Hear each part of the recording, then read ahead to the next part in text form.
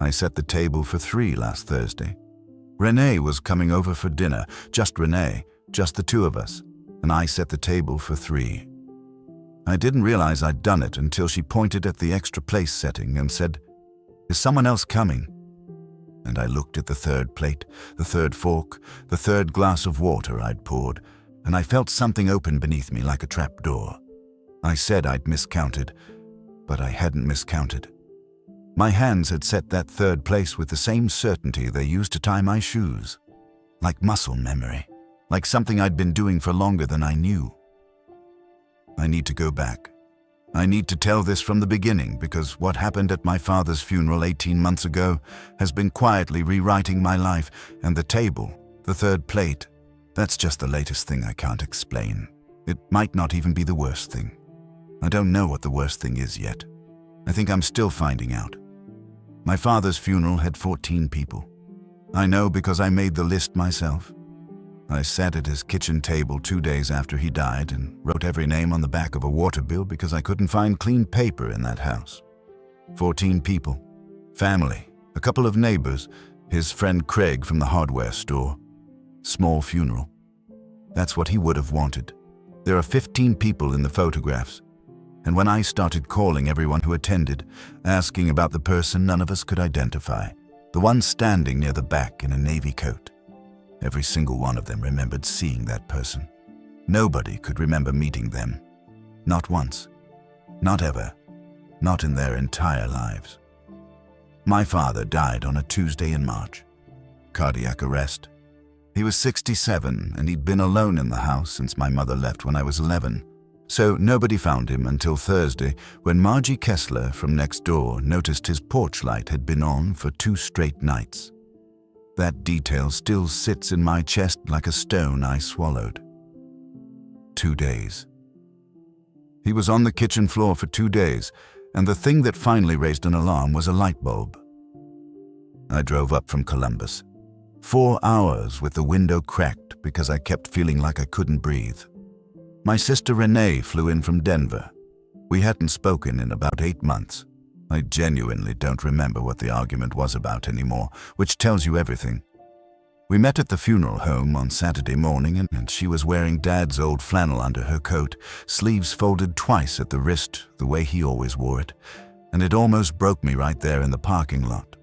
We picked the cheapest casket that didn't look cheap, and she made a joke about how Dad would have wanted a cardboard box. And I laughed. And it was the first time I'd laughed since Thursday, and it felt like something tearing. The funeral was Monday. First Baptist, even though Dad hadn't been to church since probably 1996. Pastor Williams did the service because he'd known Dad from Rotary. He said the right things. It was fine. Everything was fine the way funerals are fine, which is to say nothing was fine, but everyone agreed to pretend. Here's what I remember. Renee beside me, pulling a thread on her sleeve until it unraveled an inch of her cuff. Uncle Ed coughing into a handkerchief the way he always does, like he's trying to be polite about dying. Margie Kessler crying harder than anyone, which surprised me. She'd known Dad 20 years, and I'd never once thought about what that meant to her until I heard the sound she made. Craig from the hardware store standing in the back with his arms crossed, looking like he'd rather be anywhere else. Which is exactly what Dad would have done at someone else's funeral, so it felt right. And someone in a navy coat, near the last pew on the left side. I remember glancing back during the service and seeing them there. I didn't think anything of it. You don't audit guests at a funeral. You assume everyone belongs. You assume someone else invited them, or they knew the deceased from some corner of his life you never entered. That's the thing about funerals. Everyone gets the benefit of the doubt. Everyone is assumed to be grieving, and grieving people don't need to explain themselves. Renee brought it up 3 weeks later. She called, which was rare enough that I checked the caller ID twice. Who's the person in the navy coat? Margie's daughter had taken photos at the funeral, maybe 25, and shared them in a Google Drive folder. I'd looked once the night she sent them, and then closed my laptop like I was shutting a lid on something. I figured Dad knew them from somewhere, I said. Work or the neighborhood. I called Margie. She doesn't know who they are. She assumed we invited them. We didn't invite anyone. It wasn't. I know. That's why I'm calling you. I opened the folder, clicked through slowly, found the person in 4 photos, always near the edges, never centered, never looking at the camera. Navy coat, dark hair, I think. Average build. And this is going to sound wrong, but even staring directly at the photographs, I couldn't quite hold them. My eyes kept drifting to whoever was standing next to them. It was like trying to read a word printed slightly out of focus. You can see the shape of it. You know something's written there, but it won't resolve into letters. I started making calls. I told people I was putting together a thank you list, which felt like a reasonable lie until it stopped feeling reasonable. Uncle Ed said the person had been standing near the guest book before the service. He was fairly sure they'd signed it. He also said, almost as an afterthought, the way you'd mentioned the weather, that he'd felt comfortable around them. Like I'd known them a long time, he said. Isn't that strange? I can't picture their face, but I felt like I knew them, like they belonged there. Craig told me the person had come up to him after the service and said something kind about my father. He couldn't remember the words. I asked what they looked like. Silence. Average, he said. Dark coat. Man or woman? A longer silence. I could hear him working at it, genuinely straining. I should know that. I was standing right there. We were talking, but it's like, you ever wake up from a dream and you can feel exactly how it felt, but you can't tell someone what happened. It's that, exactly that. Aunt Carolyn said it was a woman, mid-40s. She was certain. Ed had said it was a man, early 30s. He was certain too. Margie Kessler, who'd been standing 6 feet away, told me she could not say whether the person was a man or a woman. 6 feet away. And the memory wouldn't hold. I drove back to the church the following Saturday, picked up the guest book from Pastor Williams. He walked me out, and I asked, carefully, if he'd noticed anyone he didn't recognize. There was someone by the door, he said. I noticed them during the eulogy. I assumed family. What did they look like? He thought for a long time, longer than felt normal. I just remember noticing them, he said. I remember the act of noticing, but not what I noticed. In the car, I opened the guest book. 14 names I counted 3 times. No 15th signature, no unfamiliar handwriting. Ed had said the person was standing near the guest book. He'd thought they signed it. They hadn't. They'd stood beside it and chosen not to. The precision of that, standing close enough to sign, deliberately not signing, felt like a message. I just couldn't read it yet. I wasn't going to call my mother. I want to be clear about that. My mother lives in Tucson with a man named Gerald, who breeds corgis, and our relationship is what happens when someone leaves a family and the family is too exhausted to hold a grudge, but too honest to pretend it didn't matter. I hadn't spoken to her in 2 years, but she'd been at those gatherings. She'd been married to my father for 14 years. So I called. I didn't mention the funeral. I described the barbecue photo from 1994. Renee had found it going through Dad's house. Me at 8 years old, squinting at the sun, Dad at the grill, Mom in a lawn chair, and someone at the edge of the frame near the fence wearing a navy coat in July. She went quiet. I think I know who you mean, she said. Everything in me went still. Who? I can't. I don't remember their name, but someone like that was around. Sometimes. I thought your father knew them, or actually, I might have known them. I can't remember how we met. I can't even remember when I first saw them. It's like they were always just there, part of the background. You can't remember how you knew someone who showed up at family events. I remember the feeling of them, she said. And that stopped me, because it was exactly my experience. Not memory, not fact, feeling. A warmth where a person should be, a shape in the air. I told her about the funeral, about the photographs, about how nobody could agree on a face, a gender, a single concrete detail, but everyone remembered them being present. She listened without interrupting, which I'd never known her to do. Then she said something I haven't stopped hearing since. "Your father talked in his sleep, toward the end, before I left. He'd say things. One thing mostly. They're here again, over and over. I assumed it was dreams, but sometimes his eyes would be open, and he'd be looking at the bedroom doorway, and he'd say it like he was answering a question someone had asked him. Like someone was standing there saying, 'Is this the right house?' And he was saying, 'Yes, they're here again. Come in.' I asked why she'd never mentioned this. 'Because until you called,' she said, 'I had forgotten it completely. It just wasn't there. And now it is. Like you turned on a light in a room I didn't know I had.'" She paused. When she spoke again, her voice had changed.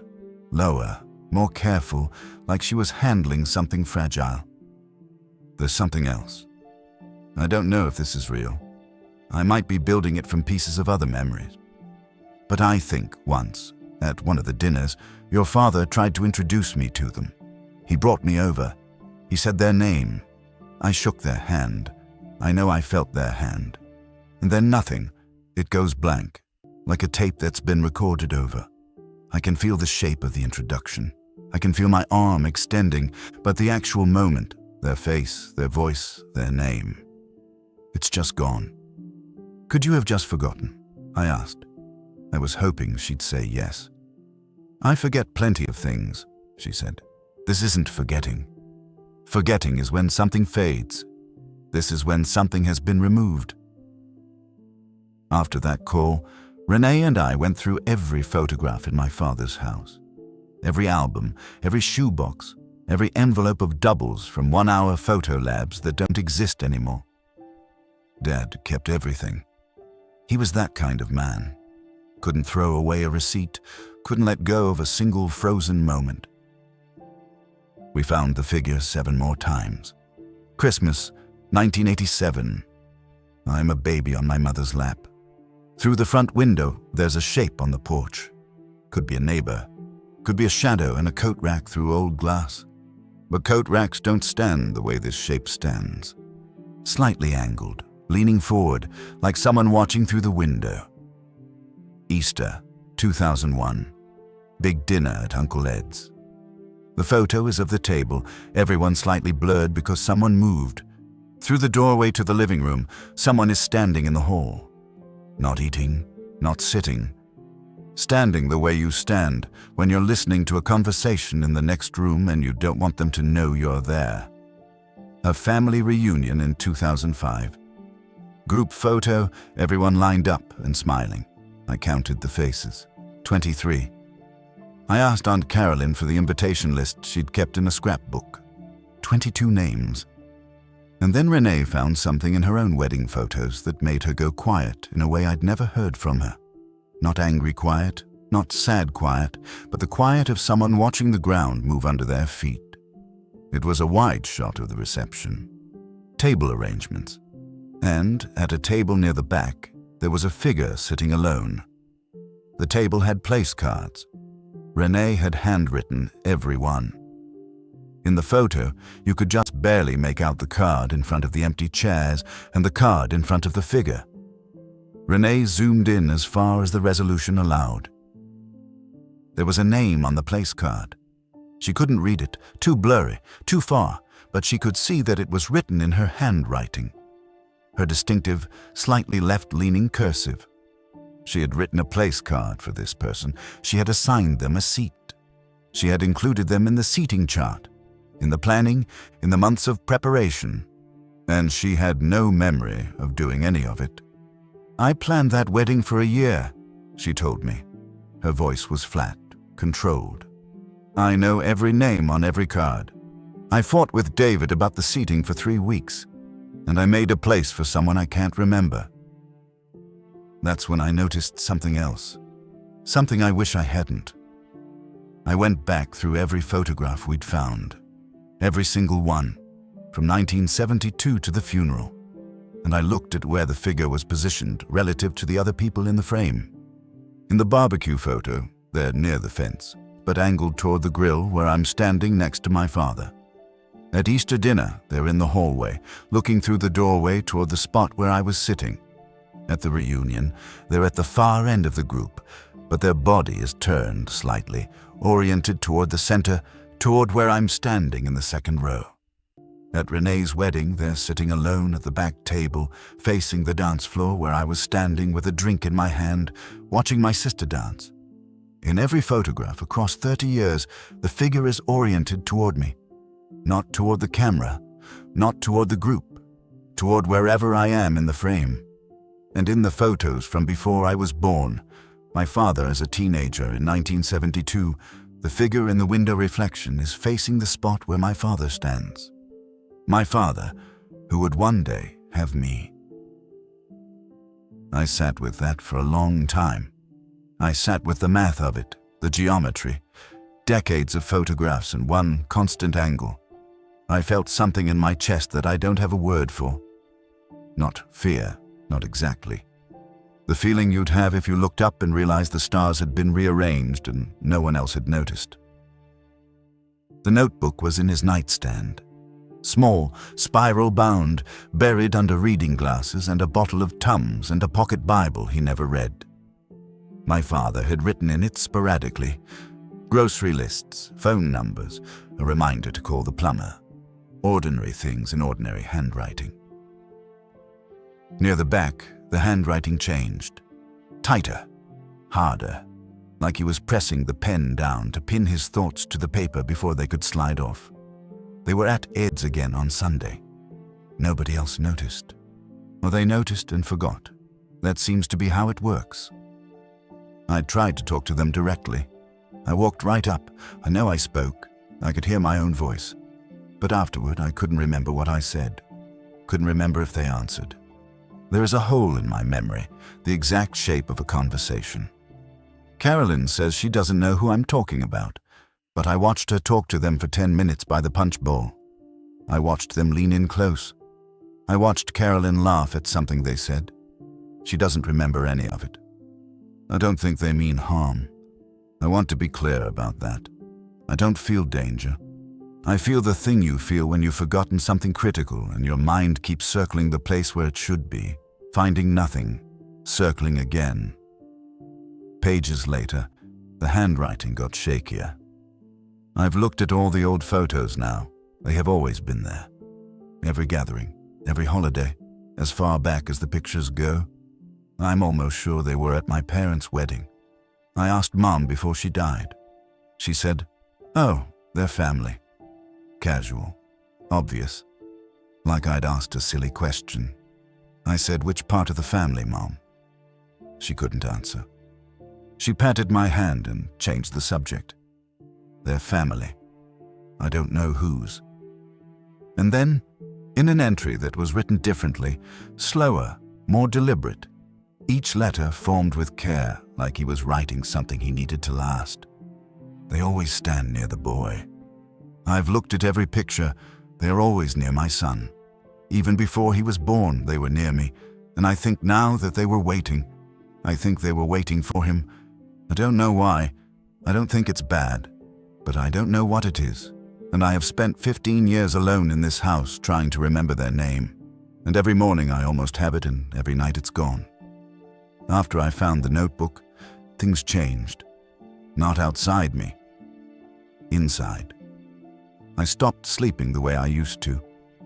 Not insomnia. The sleep itself felt different. I'd close my eyes and the room would feel occupied. Not threatened, just attended. Like someone was there to watch me sleep the way they'd watched everything else. The way you'd sit beside someone in a hospital. Not doing anything. Just staying. And I started doing things I couldn't explain. The third plate at dinner. That was the first. But it kept happening. I ordered 2 coffees one morning, stood at the counter holding both cups, trying to remember who the second one was for, and I couldn't, but my hands wouldn't put it down. I left it on a bench outside. I don't know why that felt like the right thing to do. It just did. I found a chair pulled out at my kitchen table, a chair no one uses, at a spot where no one sits, angled the way a chair looks when someone has just stood up. And then the one that put me on the bathroom floor at 2 in the morning with my hands pressed against my face. I was writing Renee a birthday card. Just a card, and without thinking, in that same automatic muscle memory way I'd set the third plate, I signed it. Love, me and... My pen hovered. Me and who? I'd started to write a name I didn't have. I'd started to include someone who doesn't exist. And the worst part wasn't that I'd done it. The worst part was how natural the "and" felt. How it had flowed out of me like breathing. Like there had always been someone else's name after mine, and I'd written it 1,000 times, and I just couldn't see it. The last time I went to Dad's house was a week before the new owners moved in. Empty rooms, bare walls, that echo where your own footsteps come back to you slightly wrong, slightly delayed, like someone walking half a step behind. I stood in his bedroom and looked at the nightstand where the notebook had been, and I thought about my father alone in this house for 15 years after Mom left. Alone with whatever he'd been watching. Alone with a notebook full of things nobody would read until he was dead. I wondered if he'd set extra places at the table too. I wondered if he'd held 2 coffee cups and couldn't put one down. I went to the kitchen. The room where he died. Where he lay on the floor for 2 days while a porch light burned. On the counter, the empty, wiped-down counter, there was a photograph. It hadn't been there when Renee and I cleaned the house. Hadn't been there last week. The house had been locked, and there was a photograph on the counter, placed carefully, centered, the way you'd place something you wanted found. It was a picture of the funeral. My father's funeral, taken from an angle I'd never seen, not from the pews, not from the altar, from the back left corner, from the exact spot where the person in the navy coat had been standing. All 14 of us are visible, Renee and me in the front pew, Ed mid-cough, Craig with his arms crossed, Margie with her head bowed. Everyone accounted for. 14 people, photographed by a 15th. I turned it over. On the back, in handwriting I didn't recognize, neat, patient, unhurried, 2 words. Thank you. I don't go to family gatherings anymore. I've told Renee it's the distance, the work, the everything. But the truth isn't that I'm afraid of seeing them. I'm afraid of what I've already started doing, the coffee, the plate, the chair, the name I almost wrote.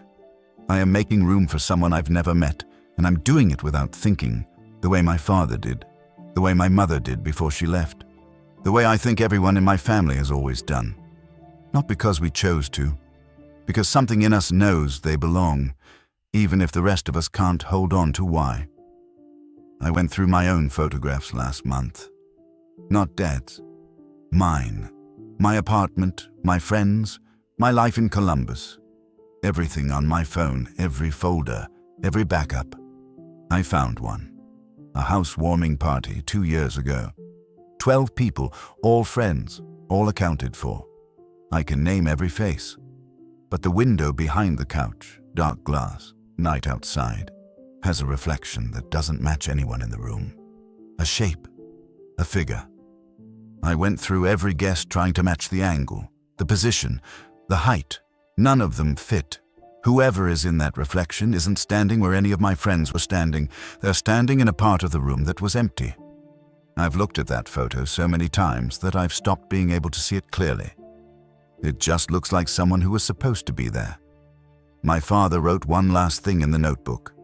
I saved it for the end because I've been carrying it for 18 months and I still don't know where to put it down. Last page, pencil, barely legible. Pressed so hard the paper nearly tore. I finally remembered their name today. I'm sure of it this time. I wrote it down so I wouldn't forget again. The rest of the page is blank, but here's what I haven't told Renee, what I haven't told anyone. The page isn't blank because he didn't write the name. There's an impression in the paper, the kind of groove you get when someone presses hard on the page above and the ghost of it transfers through. He wrote the name. He wrote it on the previous page, the way you would if you wanted to be careful, if you wanted space, if a name mattered enough to give it a page of its own. That page has been torn out. The edges aren't ragged, not ripped, not pulled. Cut, cleanly, precisely, with something sharp, by someone with very steady hands. My father's hands hadn't been steady in years. And last week, this is the part where I stopped being able to sleep at all. I was cleaning out a kitchen drawer in my own apartment in Columbus. My apartment. 4 hours from my father's house. A drawer full of junk. Rubber bands, dead batteries, takeout menus. At the bottom, folded once, was a piece of notebook paper. Spiral-edged, cut from a notebook. The same size, the same faint blue lines, the same weight in my hand. I unfolded it. It was blank. But when I held it to the light, I could see the impression of a word pressed into the paper.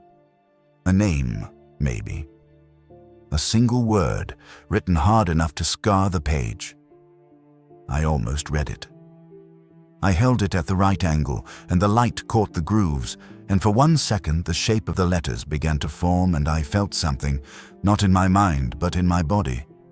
A recognition so deep it felt like remembering how to breathe. Like a name I'd always known. Like a name that had always been after the and. I put the paper down. I haven't picked it up again. It's still in the drawer. I know it's there. I can feel it the way you feel someone standing in a room with you. And every night I think about walking to the kitchen and holding it to the light and reading what my father wrote. And every night I don't. Because I think if I read it, I'll remember. And I think if I remember, I won't be able to forget. And I think whatever has been standing at the edge of every photograph, every gathering, every room I've ever been in, it's been waiting very patiently for someone to say its name out loud. And I am not ready to find out what happens when someone finally does.